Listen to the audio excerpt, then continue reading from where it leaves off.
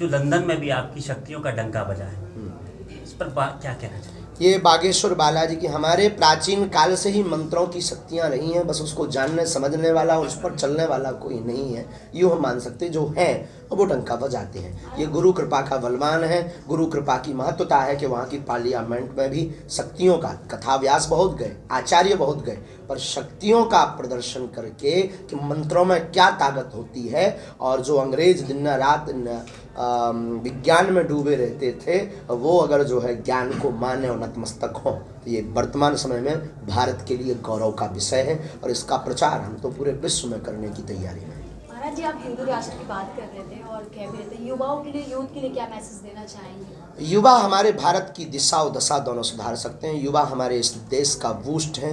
युवा हमारे इस देश का वो आभा मंडल है। युवा भाई बहन हमारे इस देश की वो निधि है, वो संपत्ति है, जिस संपत्ति के प्रयोग से भारत पुनः सोने की चिड़िया बन सकता है। भारत पुनः विश्वगुरु घोषित हो सकता है। विश्वगुरु अभी भी है, पर घोषित रहना बाकी रह गया। महाराज जी, एक सवाल और मेरा था कि कई बार देखा है आपके चैनलों के माध्यम से भी लफ्ज़ जिहाद का मामला कई बार सामने आता है, उस पर कुछ कहना चाहिए? अनेक बार हमने सावधान किया।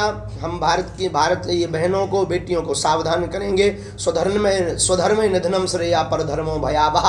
हमारे शास्त्र में स्पष्ट कहा है, अपने धर्म में मरना श्रेयस्कर है दूसरे धर्म में विचार करने से। एक किसी बहुत बड़े महापुरुष का सूत्र था, तिल के तेल का कनिस्तर में हाथ डुबो देना, फिर तिल के बोरा में हाथ लगा देना।